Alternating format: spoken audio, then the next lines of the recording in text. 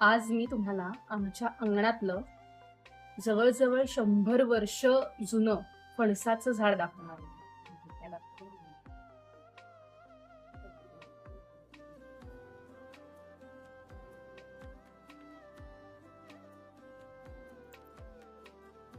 हे फक्त झाड नाहीये, तर आपल्या पूर्वजांनी आपल्या पिढीसाठी जाणीवपूर्वक तयार केलेली ऑक्सिजन बँक आहे.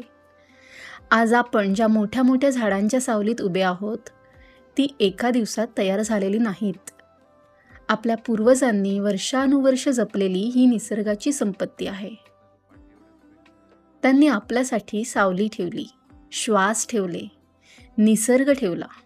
आता तीच जबाबदारी आपली आहे.